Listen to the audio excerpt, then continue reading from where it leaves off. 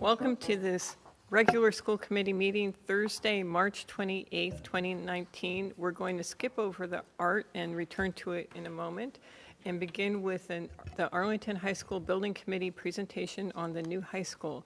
We have Dr. Matthew Jenger, Jeff Thielman on the school committee, and Adam Chapdelaine, our town manager, here to do the presentation. So, thank you please. very much, Kirsty. So we're going to, we have been presenting on the high school building project throughout the town over the past month. I think we've made 12 presentations to different bodies in the town of Arlington, the Capital Planning Committee, the Finance Committee. We are presenting to the Select Board next week. We presented to the Permanent Town Building Committee, East Arlington Livable Streets Committee, all sorts of different committees, Tree Committee, and so forth. And so we figured we should include the school committee on that since we're talking about a high school. So as all of you know, we submitted, the town of Arlington submitted to the state of Massachusetts a statement of interest in 2015 to build a new high school. And what am I doing here? This clicks. Well, Turn it on the side. oh, that's a good idea. Yep, that helps. So we began this process in 2015, and it's important to understand, and Matt will talk about this in a few minutes, that the teachers began a process even before that to think about the educational vision of the high school. And Matt will talk in a few minutes about how that educational vision informed every decision that we made. In 2016, the town was invited into the eligibility period. In late 2016, the school building committee was formed, and the school building committee has been working together since December of 2016. We did a feasibility study. We're now in the schematic design phase, and it's always, I think, a wise idea to remind town bodies, including the school committee, why we need a new high school. And I think everybody here knows this, but it bears repeating. Arlington High School's enrollment, when I joined the school committee in 2003, Paul Schlickman was on it at the time, we had about 4,300 students. And now today we have over 6,000 students, and we have 584 kindergartners. Enrollment is rising. Everyone knows that in 2013, the New England Association of Schools and Colleges issued a warning statement about our facilities. That really actually just confirmed what most people in the town and most people in the school district knew about our facilities. They were inadequate for a high school. A lot of people who are new to town don't really understand or know the history of the building. And we have found in our presentations that this particular slide is eye-opening for people. The first building of Arlington High School was constructed in 1914. And then in 1938, buildings were added. Column House, which has been the subject of a lot of conversation in town, was originally an auditorium when it was built in 1938. Additions were built in 1960 and 1961. There was an attempt to build a brand new high school in the mid-1970s. 5 years later, or 6 years later, additions were put on in 1980 at the expense of the taxpayers, and those additions cost more than the new building would have cost. So this high school, Arlington High School, is a maze of different buildings built at different periods of time between 1914 and 1980, which would suggest and confirms, and we can confirm it, creates a school that's out of date. Many people who visit the school for the first time, town meeting members a week ago, other people who visit the school for the first time will tell you how difficult it is to navigate that school, how uncomfortable they feel in that school, and how necessary it is to create something new and better. So the building committee went through a long process in which we looked at different options for the high school. The state of Massachusetts, the Massachusetts School Building Authority, is our partner in the building of a new high school, and they mandated that we look at three different options: an all-renovation option, a renovation addition option, and a new school. So we spent some time, or the architect spent some time, looking at a renovation of this school. And they determined that they couldn't renovate, we could not renovate this building because it would not accommodate the rising enrollment in the district. And so we eliminated the renovation option. Then we had to look at the possibility of a renovation addition or a brand-new school. We did a cost-benefit analysis. We looked at sustainability. We looked at what would be best for our students in the long run. We looked at safety, what would make sure we have the safest school we possibly can have, what would give us the most flexibility educationally, and what would meet our educational needs in both the short term and the long term. And that resulted in a brand-new facility. The benefits of a brand-new facility are that it is more cost-effective than a renovation addition. It minimized disruption to the school. Had we made the choice of a renovation addition, we'd have gone 2 years without an auditorium and 2 years without a gymnasium.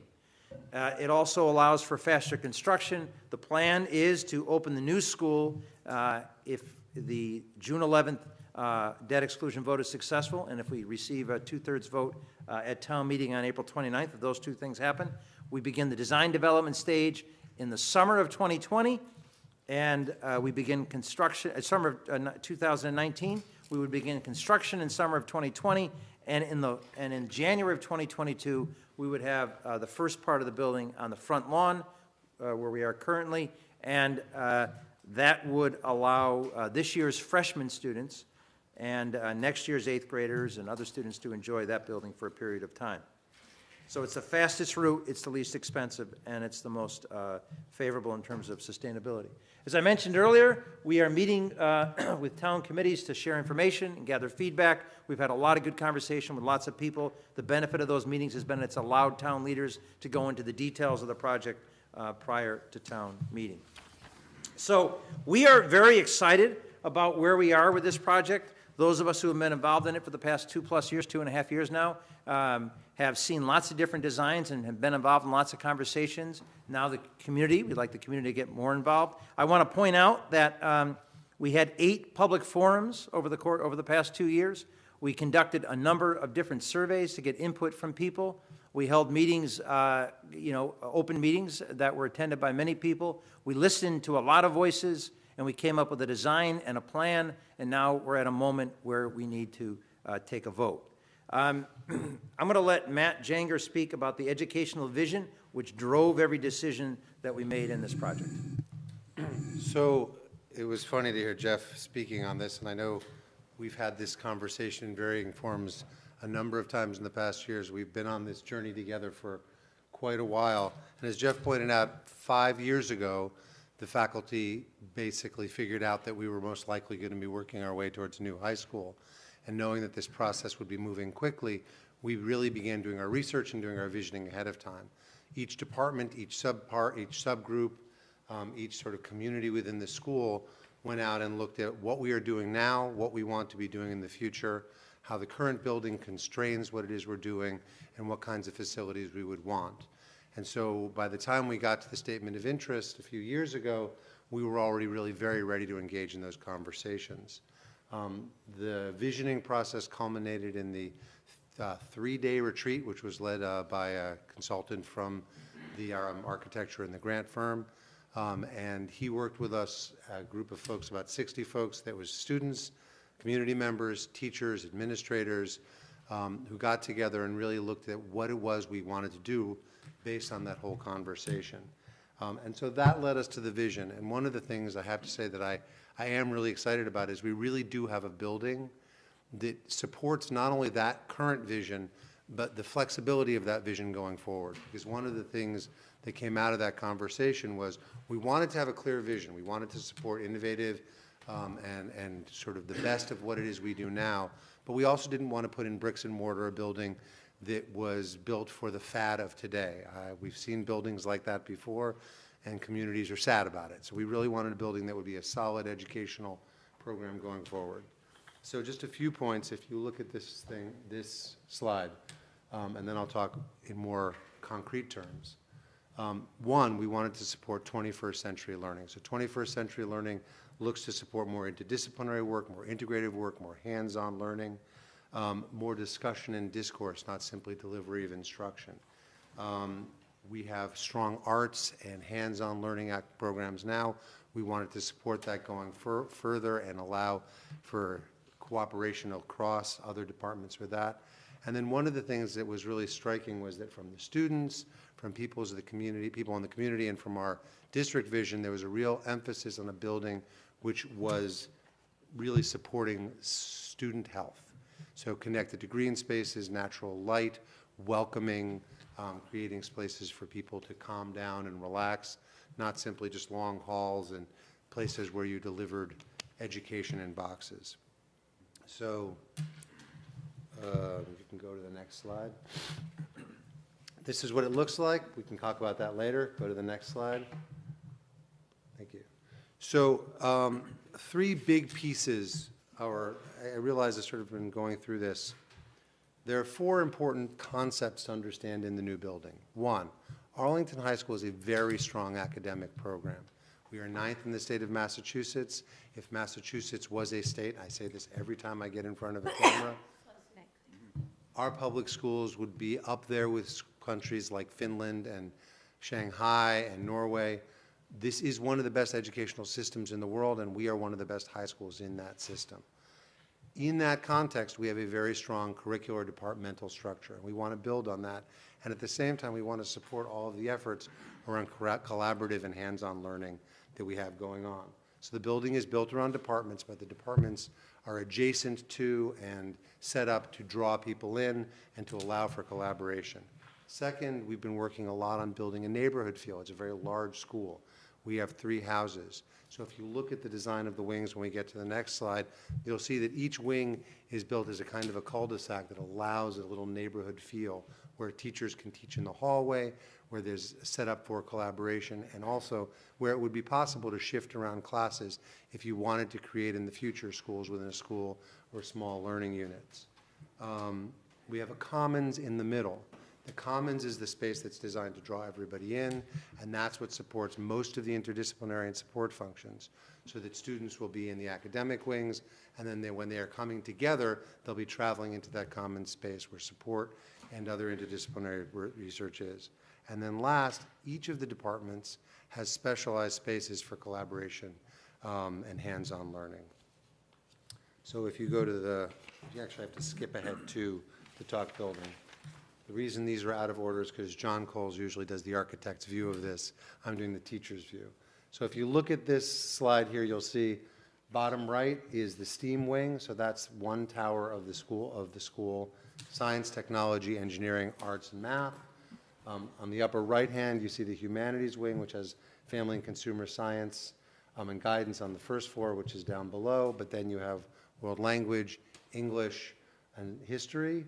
And then you have on the left-hand side of the central spine the 2 community wings, the performing arts and the athletics and PE wing. The central spine, which is this main hallway you see, so you want to go down one more, there you go. So the central spine is really designed to be the gathering place of the school. It both makes a school that is more welcoming, that allows students to gather and flexibly get together, and is actually much more easily supervised than our current school. Because even though that is a space where students have a lot of freedom of movement, it is the one place where we come to gather. So you'll see students would come in on the left at the Mass Ave entrance, which in this current building is the 3rd floor, but in this building would be the 2nd floor, or they can come in on the right at the field side entrance. They would come into this main central area where we would have a Life Skills Cafe. To the left, you have the Performing Arts. And then we have this monumental staircase, which is a place where students can gather and sit and have conversations. And then below that, we have the cafeteria. Looking up, the students would see the library, which would then draw them up. And so all of that space, the library, the theater, and the cafeteria, we think of as the commons. Those are spaces where students will be able to come together and work collaboratively. All around the commons, we have support programs. So if you're a special education student, it's pretty typical that the strong support programs, because of the way buildings are designed, are often corners or down hallways because the buildings aren't designed around them. Our goal is to do the exact opposite, to actually bring those into the heart of the school. And one of the phrases we talked about in that context was centrally located but discreetly accessed. So they don't feel like they're special education programs, but students who are going to the library can be going to the library, or they can be going to their support program and easily access those programs. And so now just if you go back the one section to the field, you want to go back up, there you go. So in terms of the layout, one of the things that we did, which made, I think, a really positive difference and allowed this school to support our vision, was to move it forward. Moving it forward both allowed for easier phasing and a lower cost, but it also allowed us to get more space in the back. So if you look at the bottom wing, which is the performing arts and the STEAM wing, that's what's being built on the front side of the current frontage, the current lawn. Actually, most of that is in what is parking lot space, but some of it goes out onto the lawn. By creating that to the left, you created a natural amphitheater. There's a slope behind because the building is built over a 24-foot drop. And one of the serendipitous things was that once we realized that you're going to have this opening here that's got a slope, it's a natural amphitheater. And as we moved the spots around, we realized that the little theater, we call the black box theater, was placed at the end of that. That could open up and become a stage for outdoor purposes. So that was sort of a found extra program. As a result of moving forward, what happens is that we're able to add in the back a competition softball field we currently have, in addition to competition baseball field, which we do not currently have, and overlaid on those fields, which are planned to be turf and lighted, we're able to put competition-sized playing fields. So it is possible, under this situation, to have 3 varsity sports going on rectangular fields at the same time in the fall. Potentially, you could have 2 soccer games and, I can't remember what plays which season, 2 soccer games and football all going on at the same time, practices and potentially even games under the lights. So that is a huge improvement for us in terms of being able to coordinate across programs, to have programs have comparable facilities, to be able to get students in and out more quickly in order to get them out to other places. And we hope also to take pressure off of the other fields in town so that people can get to their other sports as well. One of the things, particularly in the spring, that the turf fields really help with is right now with our later, wetter springs that we seem to be getting, we lose a huge amount of time to fields. It rains, then they're muddy, then it's 3 days before you can recover them. These are fields with the turf that you can play in a light rain, and as soon as it stops raining, you can go back out and play on them relatively quickly. And so that's going to give us a lot more usage and take a lot of pressure off the rest of the town. That's me. Good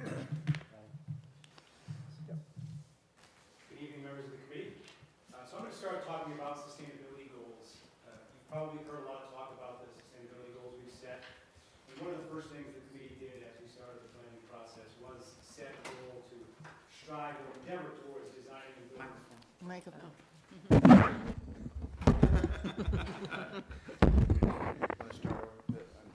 Yeah, I didn't even know he was over there. One of the first things we did was set that goal to try to build a net zero building. So it's been integral right from the start as not looking at sustainability as an add-on, but rather have it be part of the design process right from the get-go. So stemming from that, we created a sustainability subcommittee, the boss of which is sitting right behind me. He'll correct me if I say anything wrong in this slide. So we're undertaking several different approaches in looking at this. First of all, we signed up for a fairly new program called the Accelerate Performance Program. It's a partnership with the utility where we sign on very early. The utility works with us. They have a third-party consultant that works with us to help us maximize the energy efficiency of the building. And they're managing it through an energy use intensity index to make sure that we're bringing down the energy use in the building as much as possible. To try to get to net zero, one thing that we're doing is not only bring energy down, but also try to produce geothermal heat as well as electricity via a PV on the roof. So there's been a lot of work that's gone into that. We'll know more as we get into design development, exactly how many geothermal wells we might need to dig and exactly how many solar panels we can put on the roof. But we're going to try to produce as much energy as we can to try to get to net zero. We're also trying to design an all-electric building. And the reason for that is to get to net zero, if you can't produce your own green energy, you'd like to try to have as best possible getting green energy from the grid. So burning natural gas will never be green. However, as the grid continues to become more and more green, as the renewable portfolio standard increases by 2% a year each year over the course of the next decade, automatically by being electric, you will be becoming more green. So that's why we're focusing on becoming an all-electric building. And I guess the final point to make in this regard is before we make any of the final decisions in design development, the Sustainability Subcommittee will be performing a life cycle analysis so that we have an understanding of what we're getting out of our investment in making these sustainability investments. Moving on from that to talk about cost, this is a little bit about the big picture, and then I'll dig into some of the more specifics about the cost of the project. Obviously, what you all know, Arlington High School, high schools in general, are very large, complex spaces. They're costly buildings to build. They have been for a long time, so that's not new. What's more new is that we're trying to build a high school in really a historically robust construction market in the greater Boston area. So it's not just Arlington that is facing high prices. You know, the more cranes you see in the skyline in the city, likely the more expensive construction is going to be. That is our timing, and it's what we're dealing with. It also means that any potential delays will have further escalation. So if this project, for some reason, was not to get off the ground, annually, we're looking at a 4% escalation cost in the cost of construction. So that's just sort of a reality of the market right now, and it's frankly been a reality of the market for some time. Specific to this site, as Jeff mentioned earlier, we continue to see, or specific to this project, we continue to see enrollment growth. So we need to build a bigger building, or at least a more functional building, to hold more students than what we have now. We're not a typical high school. Like Matt mentioned, we're a very high-performing high school, so making sure that we build a space that can maintain those high-performance standards is critical. And I think, as you all know, this is a very complex site. We have grade issues, we have contamination issues, it's a very tight site. The MSBA prefers a 25-acre site for a high school of this size. We have just about 22 acres on this site. So we're trying to do what really is a well-designed, well-developed project under very difficult circumstances here on the site. And that certainly adds cost to the project, which we've accounted for in our budgets. Going beyond that, as we've gone around to various committees, we want to talk about how we've been cost-conscious and the cost reductions that we've already made. And we feel pretty strongly that the first reduction we made was selecting this option. By building out front, reducing the cost, reducing the length of the schedule, reducing the renovation cost, we saved $25 million right out of the gate. The cost of the option to renovate the existing building was projected at that time as at $333 million. We selected the option that we're talking about tonight, which at the time was projected at $308 million, now lower than that. So right out of the gate, we projected to save $25 million from the project, or at least reduce the cost of it. We also made decisions to remove some non-school functions out of this building. We'll talk a little bit about it in more depth later, but we're moving the comptroller's office to Town Hall. We're moving the facilities department over to what will be the newly renovated DPW building, as well as moving IT there as well. So that projects to reduce the cost of this project by somewhere between $5 to $8 million based on the square footage reduction that we're able to achieve. The committee also went through a value engineering process at the end of the schematic design process and was able to reduce cost or scope of project by an additional $7.6 million. And that's how we got down to the $291.4 million project budget that we're now promoting. We've also done things to try to increase our reimbursement from the state and put Arlington in a better financial position for this project. We have put forward our proactive building maintenance budget and earned bonus points based on that. I think it's actually 1.61 bonus points out of the potential 2 bonus points that we're getting from the MSBA. We're going to get the full 2 bonus points you get for building an energy efficient building or a sustainable building. And we've elected to go with the construction manager at risk approach, which will get us another bonus point. So our base reimbursement rate is 45.11%. We expect, if we get a favorable vote on April 10th at the MSBA, that our base reimbursement rate will be up at 49.72% based on those bonus points. And then finally, the Accelerate Performance Partnership that I mentioned earlier actually guarantees us a base level of $200,000 in energy rebates before we even put a shovel in the ground. So as we design and learn more and more about what our energy efficiency efforts will merit, we'll likely get far greater amounts of rebates than that, but just by being part of that program, we're guaranteed that amount of rebates. Moving on from there, as I mentioned, the project total right now sits at $291.4 million. It's estimated that our share will be approximately $205 million, and the MSBA share will be approximately $86 million and change. Again, that will all be ironed out on April 10th when the MSBA Board of Directors takes a vote. One important thing to mention here is, so I said our reimbursement rate is 49.72%. Clearly, that's not a 50-50 split, as you see there. And that's because there is our reimbursement rate, and then there is our effective reimbursement rate. So not everything that we're building or planning to build in this school is reimbursable. There's also various caps that are part of the MSBA formula. You can only spend so much on your site design, so much, and there's square footage that's also not reimbursable. So at the end of the day, we expect our effective reimbursement rate to be somewhere in the vicinity of about 30%. So that's where you see that discrepancy between 49.72 and the breakdown there. I think it's also important to mention that, outside of just the financial share, which is very significant from the MSBA, they really are a partner in this program. They monitor what we're doing, they monitor all of our budgetary expenditures, so it really is a partnership in helping to get this project done. And because of their rules and regulations, we cannot exceed $291.4 million. If we were to hit some big cost overruns or potential challenges with the project, we would have to find a way to save cost elsewhere, reduce scope or whatever else it might mean to be able to get the project done. And just because we're saying the project is $291.4 million doesn't absolutely mean we're going to spend that much money. As we go through design development and we start to get pricing from the construction manager, if pricing comes in below that, we'll certainly execute contracts for pricing below $291.4. And if there's decisions that we have to make in the future that are slightly different from what we know now, we'll make those decisions, and if we're able to save the taxpayers' money, we'll certainly do that.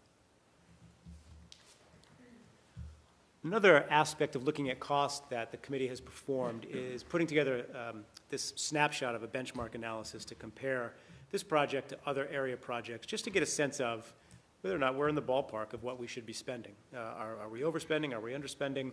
Where do we stand as compared to comparable projects? So in this snapshot, we're comparing ourselves to the Waltham High School project, Belmont, Saugus, and Somerville, all in the area of somewhat similar size, somewhat similar complexity. They all have different aspects. They're not identical projects, but yet comparable. So you see in the top line, total project cost when the project kicked off. But then below that, you see a cost, which is an escalated cost of if you brought those projects up to our timeline. So you can see Somerville, which started somewhat significantly before us, Belmont, which is ahead of us, Saugus as well. Waltham's actually on the same timeline as us, so they're not escalated. You can start to see a little more evenness in the numbers when you escalate based on our timeline. Then, when you look at construction costs per square foot based on that escalated number, you can see that we compare quite favorably to these other projects that are somewhat similar to us in the region and on a similar timeline.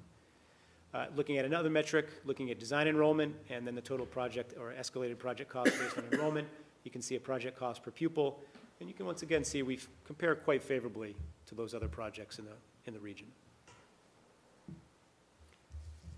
Next, I already talked about this to some degree, but we did make the key decisions of moving comptroller, IT, and facilities out of the building.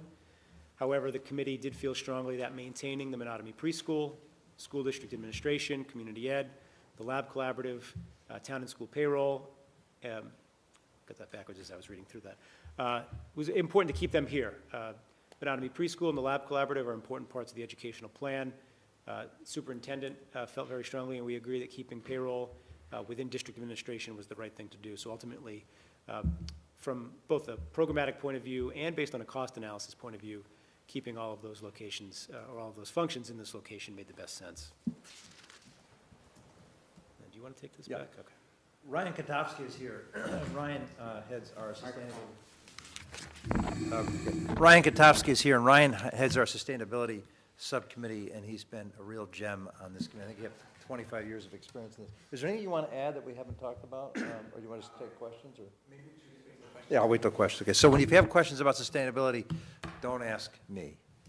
Go to Ryan. The timeline, we talked about it earlier. The timeline is to, again, first, there are three important votes coming up in the next several weeks. First is the MSBA Board of Directors that the board votes on April 10th. We've had a number of meetings with them. We're very confident, but we don't want to get too confident, of a favorable vote by the MSBA Board of Directors on the morning of April 10th. On April 29th, the town meeting votes. The town meeting needs to approve this by a 2/3 vote in order to approve any debt. That's what our bylaws require in the town of Arlington. And then on June 11th is an a debt exclusion vote, and the majority of the people voting in the election need to vote yes on this question in order for us to move forward. If we pass all of these hurdles, and we certainly hope we do, then we begin design development stage in the summer of 2019. Really, literally, a week or two after the vote, we'll start that process, and we'll begin refining all of the elements of the building. If everything goes according to schedule, construction will begin in July of 2020, and over the first 18 months of the project, we'll be building the performing arts and the STEAM wings. Students will remain in this facility, and then in January of 2022, many of the students will start to have classes, and teachers will move to the new facility. The second phase, phase 2, the performing arts and the STEAM wings will be occupied. The construction will be constructing the lobby, the cafeteria, the library, and the rear wing. And then in July of 2023, we will have the humanities, preschool, district administration, library will be completed, and we'll be beginning construction on the gymnasium. And then the final phase is site work around the building. So it's a fast timeline, and that's intentional. That's to make sure we do it. Make sure we get kids into the building as quickly as we can. Make sure we save money, and make sure we build a great school. So this is an exciting moment for the town of Arlington. This is the largest grant that the town has ever received from the state of Massachusetts, if we're successful on with the upcoming votes.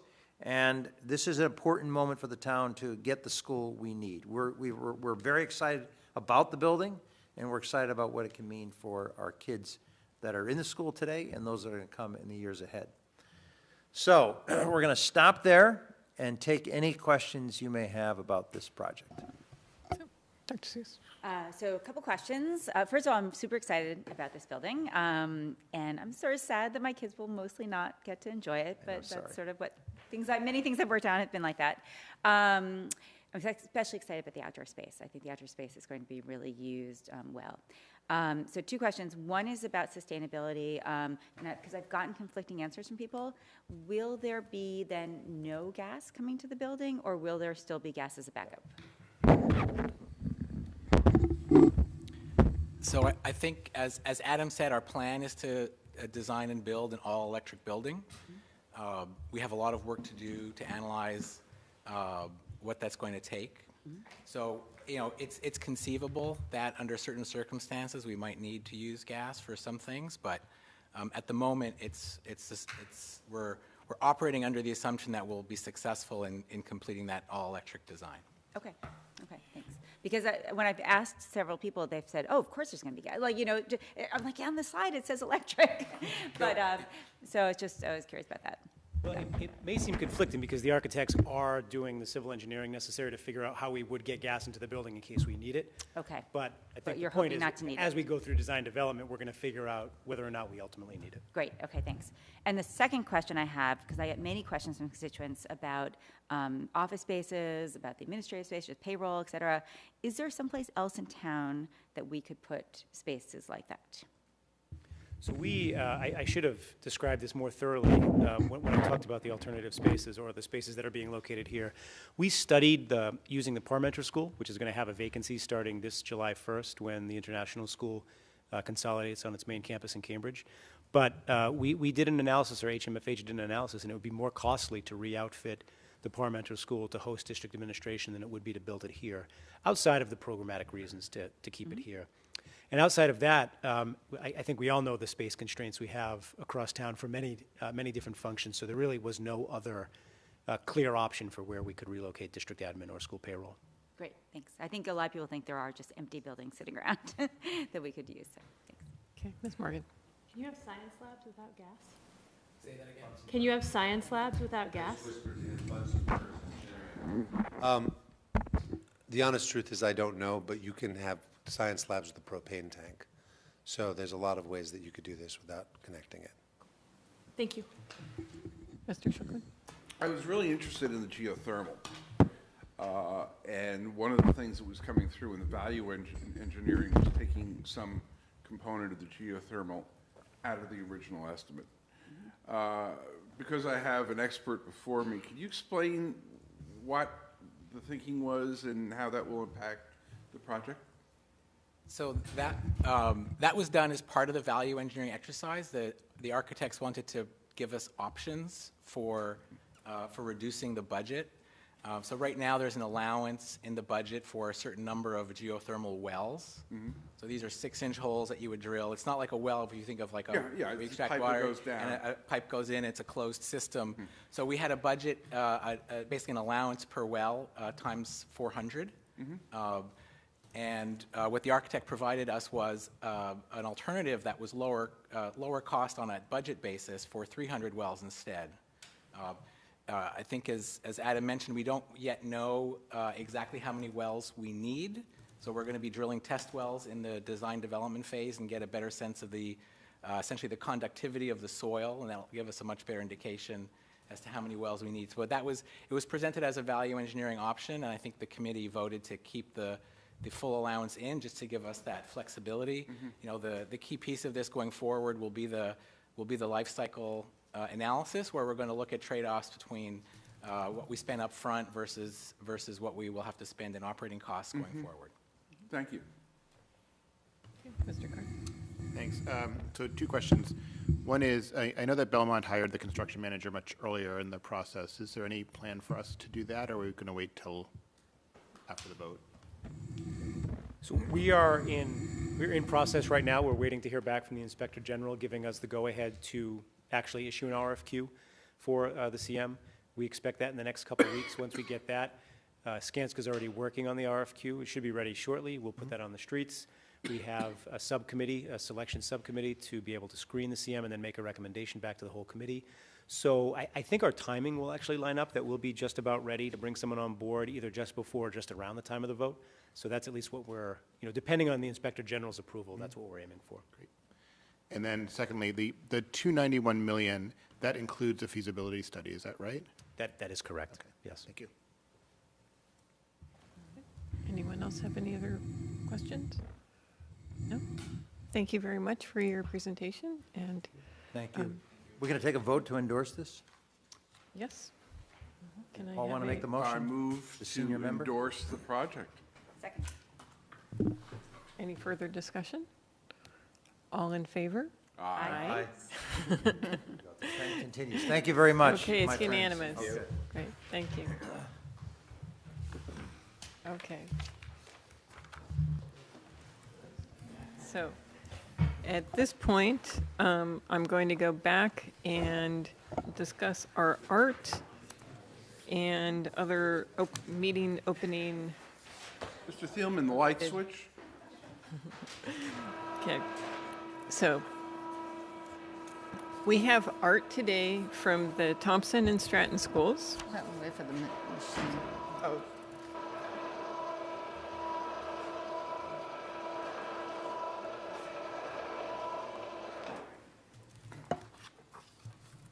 Okay. I'll start on Art B, which is over in the corner here. So the art today is from the Thompson and Stratton schools. Deborah Campagna and Melody Wolf-Thomas are the art teachers. And, okay, so, sorry, I didn't read through this before. So this, everything, I can't really skip around. It's not descriptive. I mean, it is descriptive, but it's a different way. So all of these things are examples of the philosophy Teaching for Artistic Behavior, which is abbreviated TAB. TAB teachers are guided by the belief that the child is the artist and the art room is their studio. Teachers plan their space and lessons around the questions, what do artists do? In their programs, students are treated as contemporary artists, creating meaningful art that responds to our culture and world at large.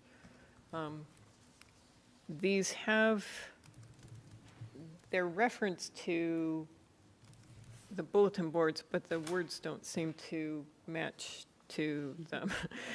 So so that was for bulletin board A. I'll read it. I'm just a little confused. TAB supports all students. The stages of artistic development follow the same sequence for everyone, yet they do not happen at the same age for everyone. TAB naturally differentiates learning because students learn and explore at their own pace. Curriculum responds to student needs and connects with motivation. TAB guides children to think like artists. They become critical thinkers by implementing and working through their own ideas. Most of the artwork made in the TAB studio is not for exhibition. Play and experimentation are essential to creative development and confidence in artistic risk-taking. Process is valued over product to create an environment that supports creativity. So that goes with bulletin board B. The next is with bulletin board C, which I think is that one. TAB, what is TAB? TAB is a style of choice-based art education that focuses on students, their interests, ideas, and choices. It views the child as an artist, and the art. Okay, this is repetitive. The art teacher's role is as a facilitator, guiding students as they explore and problem solve. The art teacher provides time, space, materials, and information so that students can develop ideas, experiment, and determine the most effective ways to bring their art ideas to life. And moving on to D, a TAB class. Each class starts with a brief 5 to 10 minute lesson introducing a new technique, artist inspiration, or discussion of studio habits of mind. At times, students may work on skill builder, which is a challenge to help students learn a specific skill. Students spend most of the time of class working on projects of their own design. They use materials from studio centers such as drawing, painting, collage, fibers, construction, printmaking, ceramics. They also may choose to work individually or collaborate with classmates. Projects displayed here represent students at all levels. Students choose work to display and spend time reflecting on their process and product with each other and in a written artist statement. And we also have a bulletin board at the back, which is E, which doesn't have a statement. Oh, no, it does. Okay, so studio habits of mind. These include develop craft, engage and persist, envision, express, observe, reflect, stretch and explore, understand the art world, and make connections. So these are all examples of a TAB-based classes both at Stratton and Thompson. Next, I would like to welcome Marion Nolan as our AEA sorry. Sorry, not intentional. As our AEA representative today. Thank you for being here. And I'd like to mention that Mr. Hayner was not feeling well and had to leave today. So now we have finished with the start of the meeting and our first presentation. Now I have to see where we go on to now. So at this point, we're going to begin a discussion of the long-range plan override commitments. And Mr. Carden, would you like to Sure. discuss? Me too? Sure. So we've had a busy 2 weeks on the budget front. We had our Finance Committee meeting on the 20th, and then we had long-range planning a couple days later. And then the Select Board met on Monday to discuss these commitments. So as we typically do with an override, there is a set of commitments that both the Select Board and the School Committee, and hopefully the Finance Committee, agree to guide the override for the number of years that the plan is designed to last. So in your materials are the draft commitments. We're not going to vote on them tonight, but we will vote on them at our next meeting. The selectmen likewise did not vote on them on Monday, but reviewed them, and everybody was fine with them. So that's sort of the same thing we need to do, is make sure that we are okay with them, so that when the selectmen vote next time, the select board vote next time, then we can vote and we don't have to go back and forth. So this is your chance to raise any questions or objections to the commitments. I guess I can read through them quickly, or? Yeah, please. Okay. So the first part is basically the same as currently, as the last plan, except it's no override for 4 years. The last plan was 3 years. It was 3 years, but it lasted 8 years. We would continue to increase our general education budget by 3.5% a year. The town general operating budget would be 3.25% increase each year, and special education would increase at 7% each year. That is a slight change from the prior wording. The prior wording said up to 7% each year, and we had lots of conversations back and forth with Finance Committee about exactly what that meant, because some years we were at 7%, some years we were at 5%, some years we were at 8%, and what did it mean? So, right, for the next 4 years, it's a flat, everybody agrees it's a flat 7%. And at the end of the 4 years, we'll take another look to see if that's correct or not. But for now, it's under this plan, it would increase basically automatically at 7%. Number 2 is a change. The future enrollment increases is a change from the existing 35% of per pupil expenditures to 50%. We had presented information that we reviewed here, that our real estimate is more closer to 67%. For a variety of reasons, the people putting this together felt that 50% was the most we could do, and also when we start losing students, it'll also be a smaller adjustment at that point. So I can talk about that more if there's questions. The next part is also new. It's an item called Build Arlington's Future. In response to our multi-year plan, they are going to phase in funding for the plan at $600,000 in FY20, $600,000 in FY21, $800,000 in '22, and $800,000 in '23. There's also an increase in funding for basically town infrastructure of $250,000. And that would be centered around the town's complete streets and age-friendly community initiatives. Number 4 is just sort of some more general language about things that they will, mainly the select board, will do to try to mitigate the impact of the override. It talks about the tax relief programs, including a new one that will be hopefully before town meeting. They intend to shift the water and sewer debt off of the tax roll. They always want to pursue new revenue sources. And on the high school, they're going to try to smooth the impact of that debt rather than having it hit in one or two times. And finally, this is again a continuation of existing policy, is to maintain the town's financial reserves at 5% throughout the 4 years of the plan. So overall, the increase from what we would have gotten under the old plan over the 4 years for us is actually $4.1 million.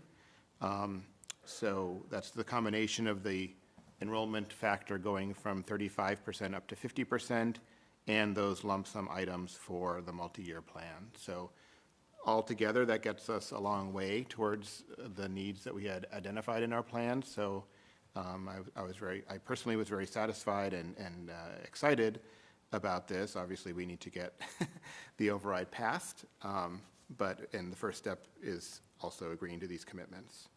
So do you want to add anything else? I was just going to point out, it's actually a little bit more than the 4.1 million because the per pupil cost will be increasing over time. And so, Yes. so the 50% will be on a bigger number Right. each year. And so it gets even closer to what we felt our needs were. So just trying to, it's going to get us closer at the end of the 4 years to the mean of our town manager 12. It's not going to get us to the median still. So I mean, just to sort of, when I've done the, maybe I can talk to you about the analysis I did, but just to give a sense that we're still, although it feels like a lot of money, it's not going to sort of catapult us to Lexington level. I mean, we are talking about still a modest increase in our. Yeah. I don't think it's getting us even near the average, right? Not the mean, not the median. Because Watertown and, Yeah. so that's why, it doesn't go to the median, yeah. Yeah. That's- Okay. Does anyone else have any other questions or comments about it? Okay. So what this means is that you all are going to be satisfied when we discuss this again in 2 weeks. And we're going to vote on it. And we're not going to bring any new changes at that point, right? Okay. Just checking. Okay, great. Thank you very much. Great, thanks. And I guess we should say, we are very happy that the town is understanding of the need to continue funding our schools so that we can maintain the strong school system that they've come to know and love.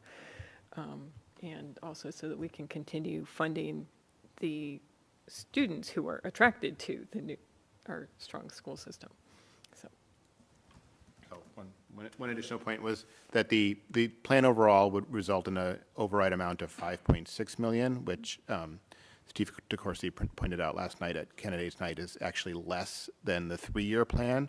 So we're getting a 4-year plan for less money than we did the 3-year plan back in 2011. Mm-hmm. And on a percentage basis, it's much less because our tax base has increased a lot since then. So that it would be 5.6 million, household impact of about $380 per average single family. And let me just, one other historical fact, the 2005 override was 6 million. 2 million, 2 million, 2 million, so. great. Okay, thank you. So at this point, we have public participation. Seeing none, we move on. Dr. McNeil, can you discuss the proposed job descriptions? Yes. So we have 2 new positions. Sorry.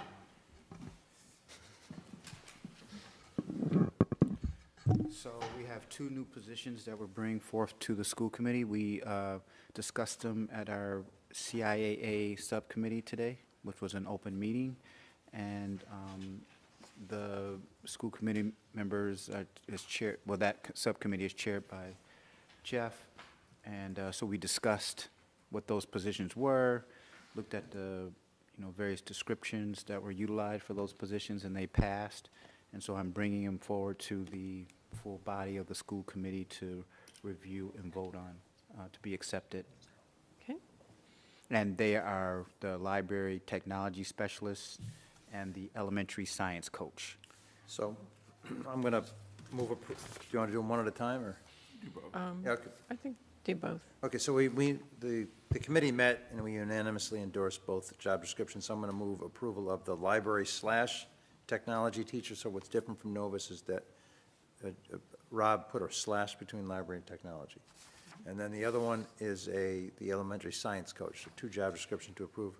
And the committee talked today, we reviewed them, we're very comfortable with the job descriptions and look forward to making these hires. So I move that we approve them. Okay. Can I get a second? Second. I just have a question. Is the K-12, the science coach, a half-time position or a full-time position? So that's a very good question. So looking at the budget, it's listed as a 0.5, Right. but it's adding on to a 0.5 science coach that we already have. Got it, okay. Thanks. So putting the 2 0.5s together, we will have a 1.0 science coach. Mr. Gordon? So on the technology, librarian/technology, there's a different certification that's digital learning or something that's not librarian, Yes. that we were not considering people for that position even when we expand to 7 people in that role. Well, for this position, we want to make sure that the individuals have a library certification.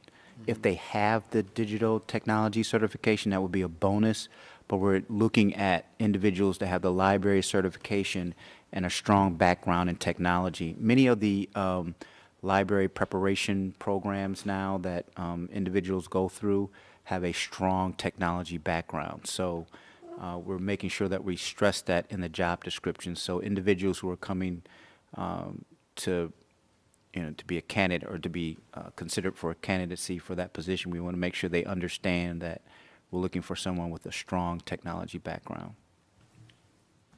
So there wouldn't be someone with digital learning certification, but not a library certification that would, that, Correct. That would not meet what we're looking for. okay.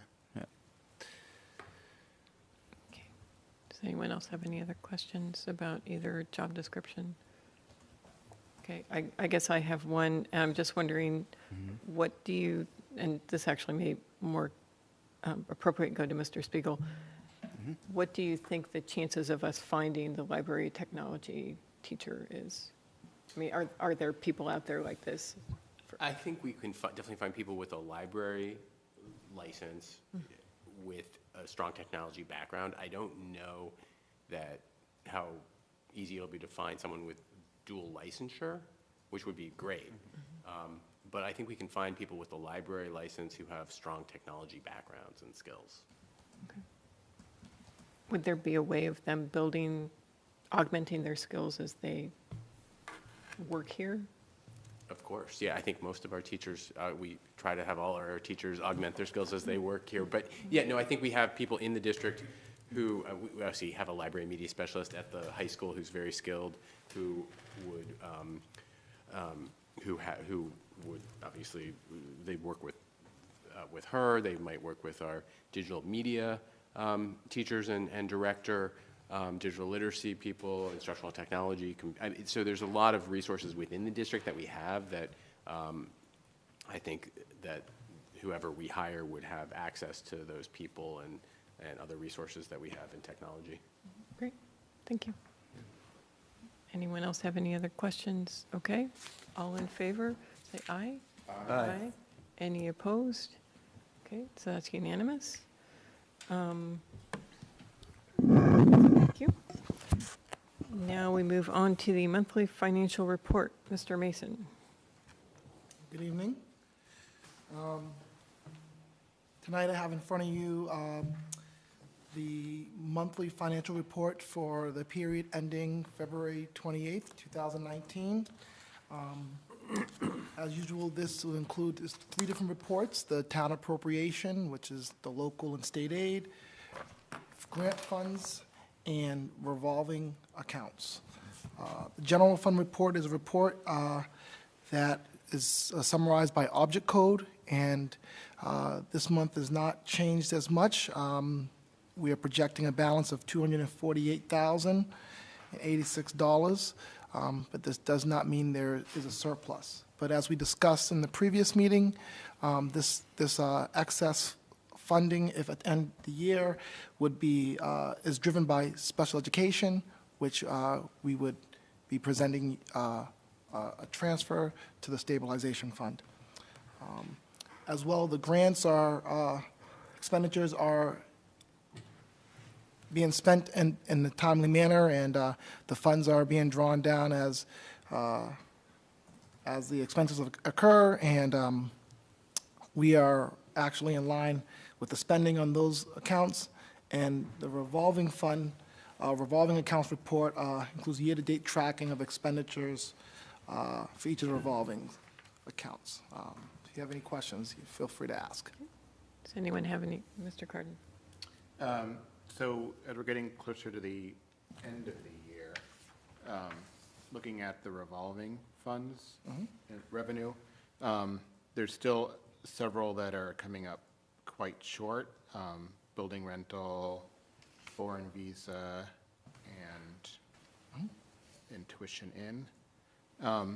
So do you think those are going to be actual shortfalls, or is the money still coming in? So in the next couple of weeks, we'll be doing entries for journal entries for the building rentals. So there are internal departments that actually contribute to the building rentals, such as community ed and the after-school program. Those entries have not been made for the year. So that will make up where we are short there, and probably we'll probably have a slightly over the amount that we were anticipating. In terms of the foreign visa, my understanding of the foreign visa is that a deeper dive does have to be reviewed, and I don't mind reporting back to you, but I believe that the revenue's gone down due to the enrollment is not as high as previous years in terms of the foreign exchange program. But overall, we should meet the expenditures that are in all of the revenue to meet the expenditures in all of those accounts that you were referring to. Okay, thank you. Anyone, please? Do you know why the revenue's gone down? Is it worries about deteriorating high school facilities? Is it national climate, or do you? At the moment, I do not know the answer to those questions, but Dr. Bodie may have a response. Yes, we have met with education. This is something that's happening throughout the region, throughout the whole country. The number of students that are choosing to come here for high school education has been decreasing. Yes. And there are, what education has learned in the discussions with some of their agents in those other countries, there's a lot of fear about the high school shootings that have occurred. And then there's also the political climate. Anyone else have any questions? I have one question on the first page of the general expenditure report. I'm just wondering why electrical power, line number 82103, is running so much more than projected. As I discussed in the previous meeting, the Gibbs School addition, that wasn't necessarily anticipated in the budget that we're looking at, and so that's why the expenditures are reflected now. This seems high just for the Gibbs. 300,000 with a original appropriation of 677. That just seems out of proportion for just the one building, so I'm confused.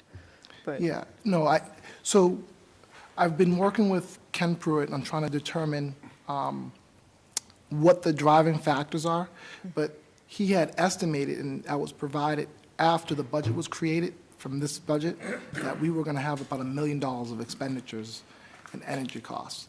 That includes the Gibbs and any other changes with all the other buildings. So that wasn't necessarily factored in when determining this budget that we're looking at. So when you're seeing these expenditures, it's reflected that we're over that amount because we didn't have that information at the time when this budget was created. so it's not just the Gibbs, it's all the schools together. Yes, but the driving factor, the $300,000 wouldn't be just all the schools, but the main differentiator is adding a building or facilities to it. That wasn't accounted for. Okay.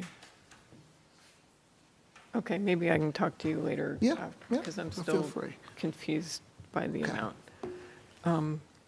Okay, anyone else have any other questions? Nope, okay, thank you. And then we wanted to, it's going to be retroactive at this point because Dr. Bodie presented the increased budget request to the Finance Committee yesterday. But I thought we should vote to approve the request. Do you have the actual amount? It was 451 something? Yes, I do. What do you do with it? So the Finance Committee had asked us to, at the meeting last week, asked us to put in a formal request for additional funds for the coming year. And this is whether or not we, thank you, whether or not we obtain, whether or not the override passes. Remind us where the funds come from? The funds are coming from the, I think the extra enrollment growth, yeah, factor. So can I have a motion to approve the superintendent's formal budget request to the Finance Committee of the amount of $451,500? So moved. Second. Okay. Is there any further discussion on the motion? No? Okay, all in favor? Aye. Any opposed? Any abstentions? Okay, so that's unanimous. Thank you. So, and we are very thankful to the Finance Committee for increasing our money for next year so that we can fund more teachers. One related question, sort of. Sure. So when we're hiring new teachers, when do we actually have a binding agreement with them? Well, first of all, right now, we have positions posted, and they're either posted because they're replacing someone that we know that is moving away or going to be on a leave for a year. And since those positions are already in the base budget, when we hire, then we give them a, formal letter. Positions which would be part of this additional money, or that $1.2 million, or if the override passes, those are anticipated openings, and we do not finalize that until we have the approved monies. Okay, great. Because even though the 1.2 is will be approved at town meeting, actually the 1.2 and the 450 will both be approved at town meeting, there may be changes if the override didn't pass. So. Correct. So those are all listed out as anticipated. And of course, one of the issues that exists is just timing, particularly for positions that may be difficult to fill just because of the market. The longer we wait, the more challenging it will be, and we might lose candidates to other districts. So the practice for positions like that are contingent on budget and is that I would give someone that we really want that's for one of these additional positions, but we want to sort of give them an offer, give them a contingent offer based on, pending the final approval of the budget, as well as them being appropriately licensed and passing background checks. I mean, so that's a contingent offer that would be, I think, acceptable to most candidates, that we could sort of lock in so we know we're going to have that person for those positions once they are funded and they pass the other contingencies. Thanks. Okay. Yeah, well, we should probably we'll know a little bit more about the no override contingencies that people are thinking about by the end of April. So, okay. So we may be able to be looser about that. Yeah. But not 100% of the positions, probably. Okay. Yeah, I think in some of our positions we do want to be somewhat aggressive in getting candidates in and giving them those offers. Okay, great. Okay, so at this point, we'll move on. Superintendent's report. I just have a few things, but the first thing I want to begin with was talking about the incident that occurred this week in the Park and Rec's after-school program. What I want to, there's a couple of things I want to say about that. That all of our custodians have gone through our grounds as carefully as they are able to, particularly in areas where we've had large snowbanks, just to check it to see if we have any more needle sticks, and they have not found any. So this is actually the first time this has happened, and we don't know really how it got there. Given the location of where it was found, which was at the edge, and those of you who've been to Gibbs, you know what I'm talking about, this sort of an area that's sort of grassy shrubbery around the playground to the left. That's where we've been piling snow from the drop-off. So it could have been there a while. We just simply do not know, and it could have been something that was plowed from the street or even from the sidewalk. While it has been something that has not occurred in our schools before, on our school grounds, unfortunately, it is something that is a very regular occurrence in other areas of town, in some of the parks. the streets. And in fact, very frequently, every week, the police department receives a call to come and retrieve something that someone has seen. The important thing that both the Board of Health and the police department underscored is that it's very important that you call the police for them to come and retrieve it. And it's important to call them and not just ignore it, because you know, the obvious danger in that of small children finding it. So one of the things that we are going to be beginning is more education with our students, very explicit instruction, and I've been talking with our director of nursing, and probably that will, a lot of that responsibility will be with our school nurses, which is appropriate. We will also be just watching much more carefully all of our grounds as we go forward. But this is a partnership, too, with parents. I think that it's really important that parents also talk to their children about, you know, if you see something, and, you know, you can refer to it as something you might have seen in a doctor's office, and though a lot of children are familiar with having had a shot, so they're familiar with that, that they are not to touch it, that they are to tell an adult so that the adult can contact the police. So the police have receptacles at the police department, which they have. There's very specialized ways in which these items are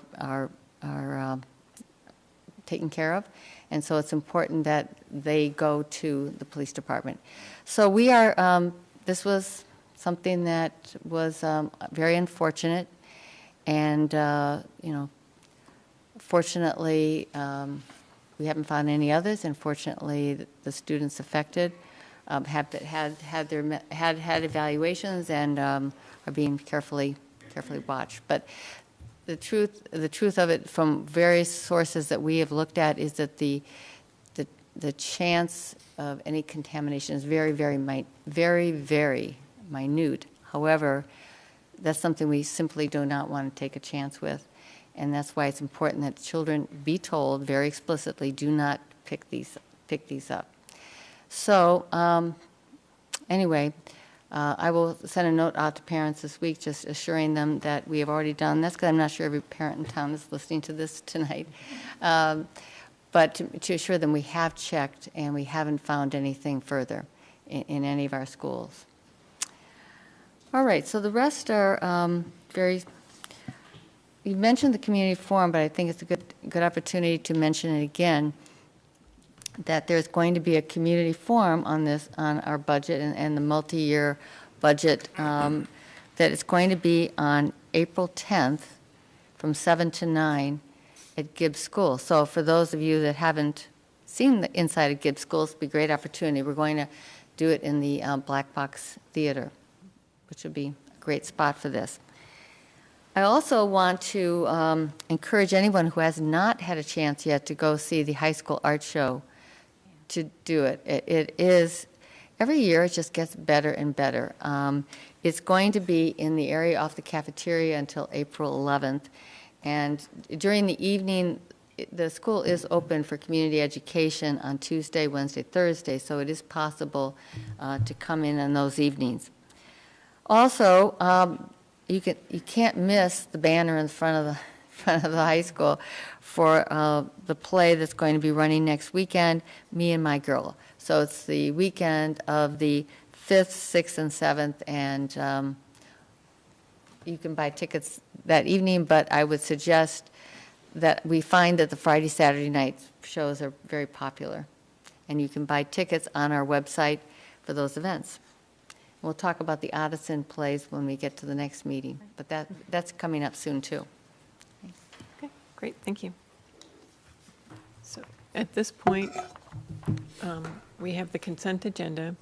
All items listed with an asterisk are considered to be routine and will be enacted by one motion. There will be no separate discussion of these items unless a member of the committee so requests, in which event the item will be considered in its normal sequence.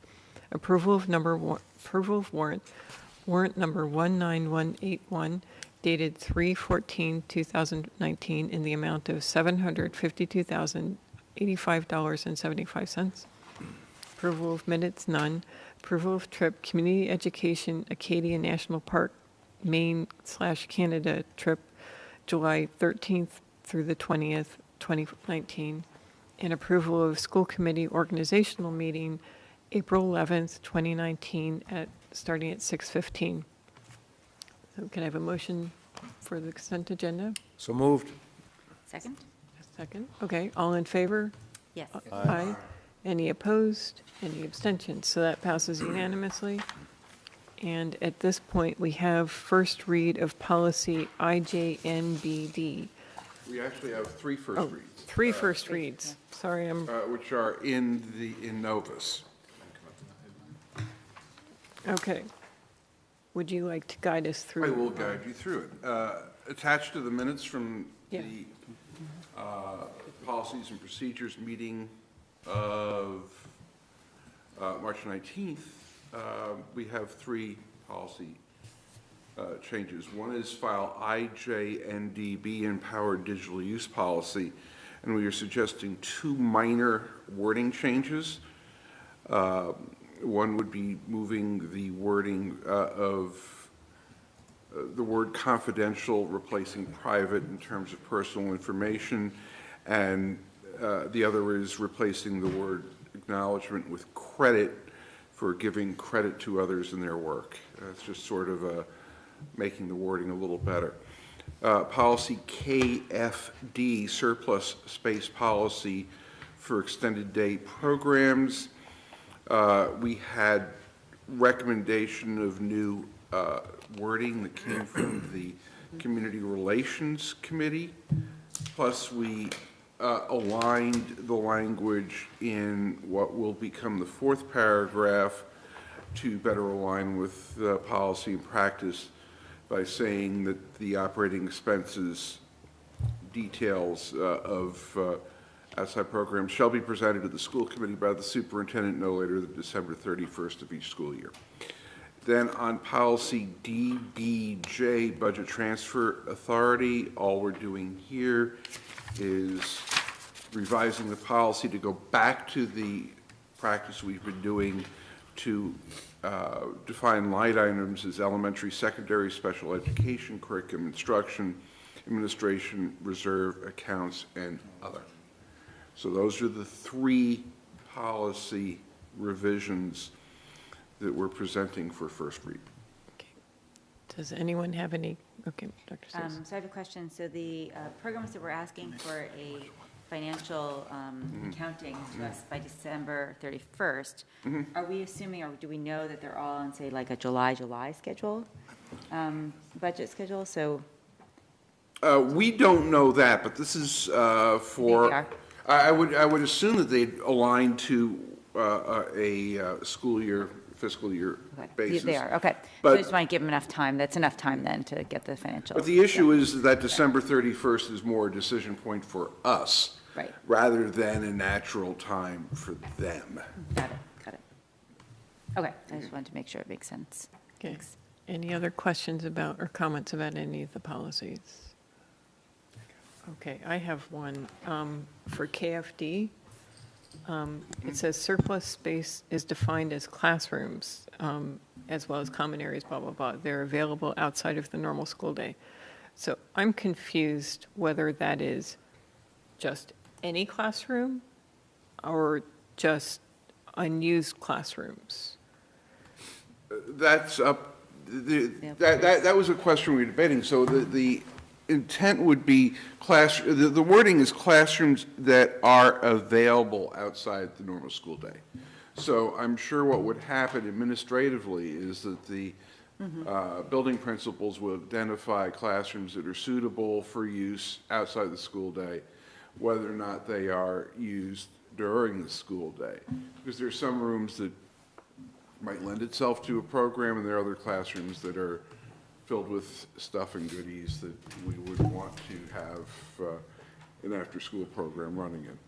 Right, that was exactly what I was thinking, and I wasn't sure that wasn't necessarily the take-home I got from when I read this. I mean, that you had kind of two categories of classrooms, ones that are available, ones that aren't. I couldn't tell what makes them available. Mayor? Well, to your point, yes, some classrooms we might not want students in, but that would be very few. We use the art rooms, for example, which does have a lot of material around. I think the issue of availability, and everybody probably should be clear about that, is that teachers often will use their classroom, particularly at the elementary level, which is primarily where our after-school programs are, to do, set up the room for the next day, to create learning stations. So, but there are also teachers that come in early in the morning and do that work, but have to leave for childcare reasons.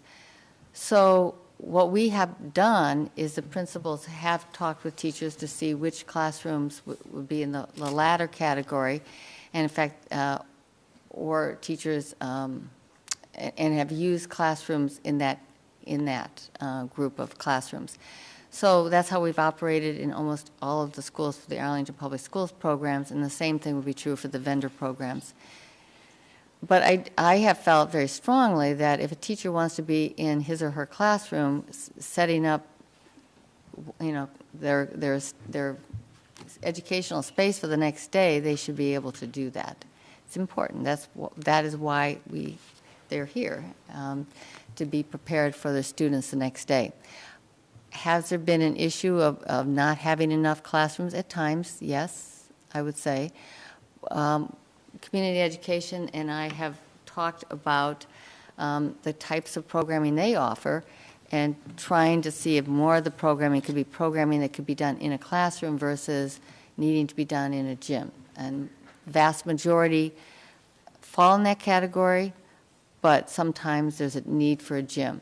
And so so that is written in the contract for all of our after-school programs, that, that there'll be at times when perhaps a gym or some kind of common space may not be available, and that's all worked out through the principal and the director of the program. So, sometimes it's inconvenient. I realize that, but we're trying to meet as best as possible the needs of all of our students. Students that are in the after-school program, as well as students who are taking our enrichment programs.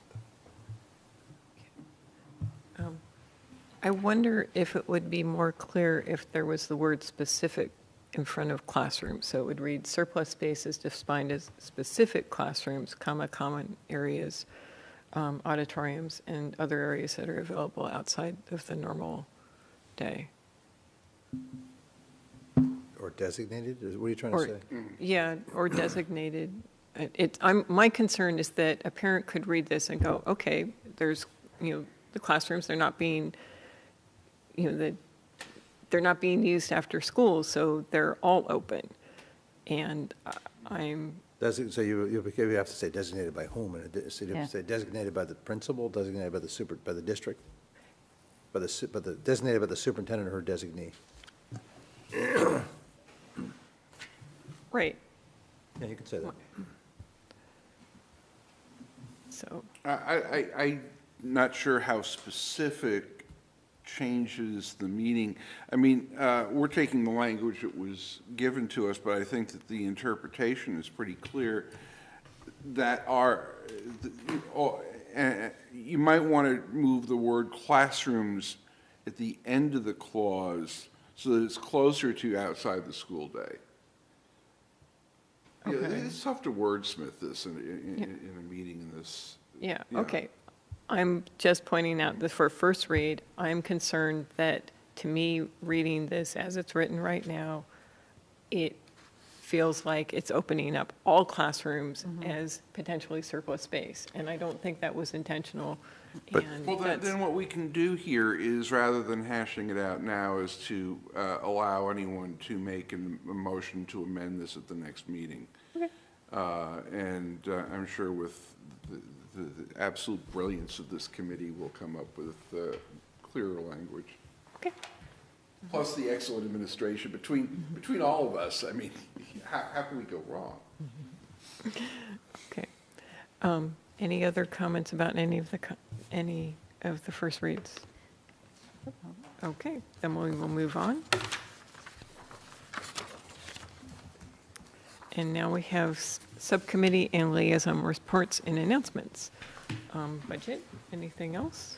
So just to reiterate that the long-range plan was issued earlier this week. It's available on our website for people to review.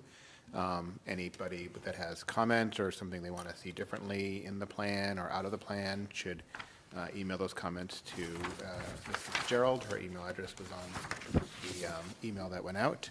And we also are having the forum on April 10th that Dr. Bodie mentioned. Okay. And I want to thank everybody who helped with that plan, Mr. Mason, all of the administration, Mr. Denizio, the former CFO, and everybody on the budget subcommittee who helped, and the curriculum subcommittee who helped through the long process of getting that done. It was it's gotten very good feedback from the long-range planning people, the select board. Everybody's been very supportive of it, and it's been very helpful in the conversations we've had around securing additional funding. So it was definitely worth the effort. Okay, community relations.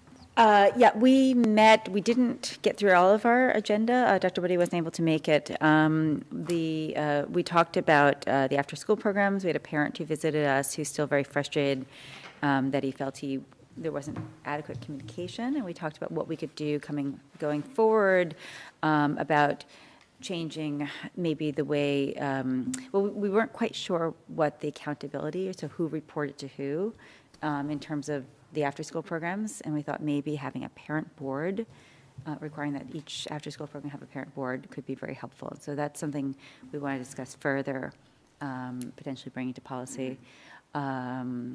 Anyway, so there was just, if it's a single person who doesn't necessarily report to anyone, it's very hard to get, sometimes to get accountability.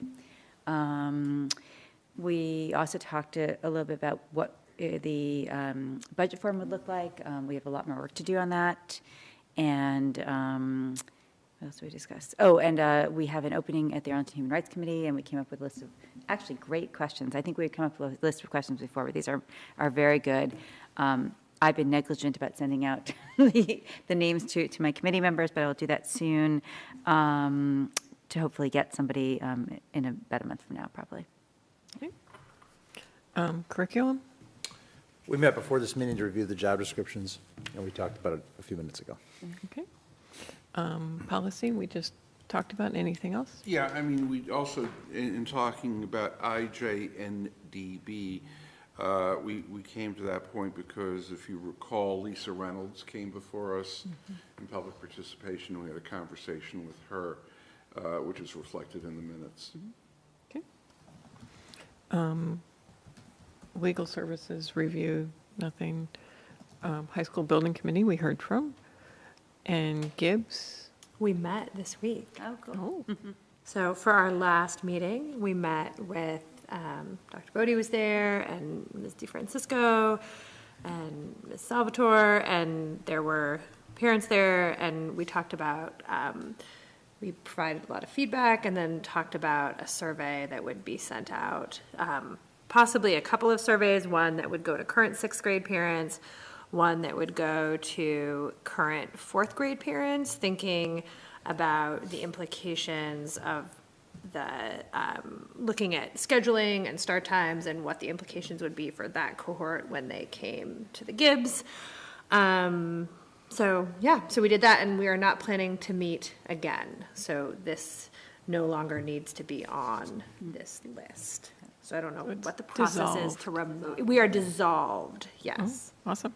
And we are leaving them there is still lots of room for parent input through the school council, and we are leaving them in the very capable hands of that group. Great. Was this a committee for a determinate length, or do we need to vote to dissolve it? I don't. We were invited to have a Oh, it was an representative. ad hoc committee, okay. Yeah. Then we'll ignore the whole thing. So, okay. Any liaison reports, announcements, or future agenda? Mr. Schlickman. I went to the community forum for the Hardy Pit Playground, which devolved into a big brouhaha over parking in the neighborhood, which is a particular issue. Of course, everybody wants a little more money to do a little more. The question of having a basketball court area that's also available for parking when there are a lot of snow piles in the neighborhood evolved to why can't teachers park in the street, which evolved to why can't anybody park in the street, because people from Chelmsford are now parking on our streets because the Alewife garage went up to $9. So we talked more about resident parking permits than we did about swings and play structures. Just so everybody's aware, it's a hot issue down at Hardy. Why are they picking on the people from Chelmsford? The reason why is very simple, is that a neighbor was complaining to this woman who was parked across from her driveway, how come you're parking here every day? And she said, well, I'm from Chelmsford, and they raised the price of the parking. So the Chelmsford resident self-identified as being one of the people parking on the residential streets near Hardy. Okay. Yeah, my announcement is I want to thank the chair for a great year. She's done a great job, done a great job this year, and looking forward to, I'm sure you're looking forward to not being chair. That's right. We're very thankful for all the time. Thank you. Great year. I didn't make any have any big speeches, but it has been a pleasure, and as always, I have learned very much, and I appreciate working with all of you. And we'll be happy to be down at that end. Maybe way down at that end. Can I do one more liaison report? please. Is that all right? Dr. Bodie and I met with the superintendents and Rob with the superintendent's diversity task force. They have a coffee, a diversity coffee social on Tuesday, April 9th from 4 to 5:30. Rob has a flyer. People can RSVP to him. So that's great. And they're really pushing that out, which is fantastic. I do want to make sure, it was said earlier, but the town meeting tours are Tuesday, April 9th at 7 p.m., and we're going to have a forum, the building committee will, in May 14th, I think. So Tuesday the 9th, 7 p.m., anyone who's on town meeting should come to the high school and take a tour and get some more information about the project. Right, and that tour, if they've already been on a tour, the information session will have more up-to-date information, and they can just come at 8 o'clock to attend that part. You don't have to go on a repeat tour.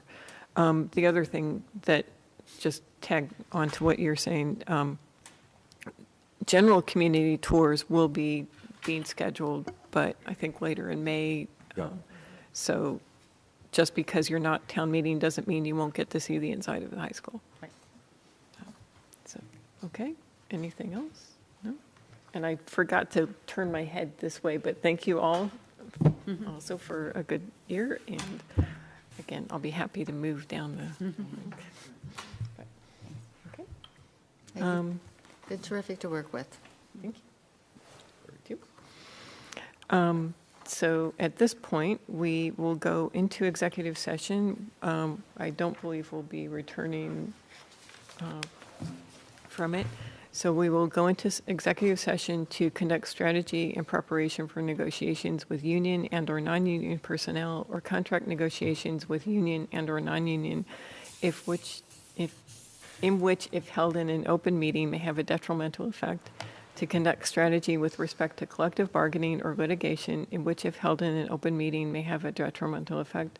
Collective bargaining may also be conducted, and to discuss Superintendent Kathleen Bodie's contract. So can I have a motion to go into executive session? So moved. Second. Okay, this is roll call. Yes. Mr. Yes. Thielman? Yes? Yes. Yes? Yes, and with that, we go into executive session. Thank you all.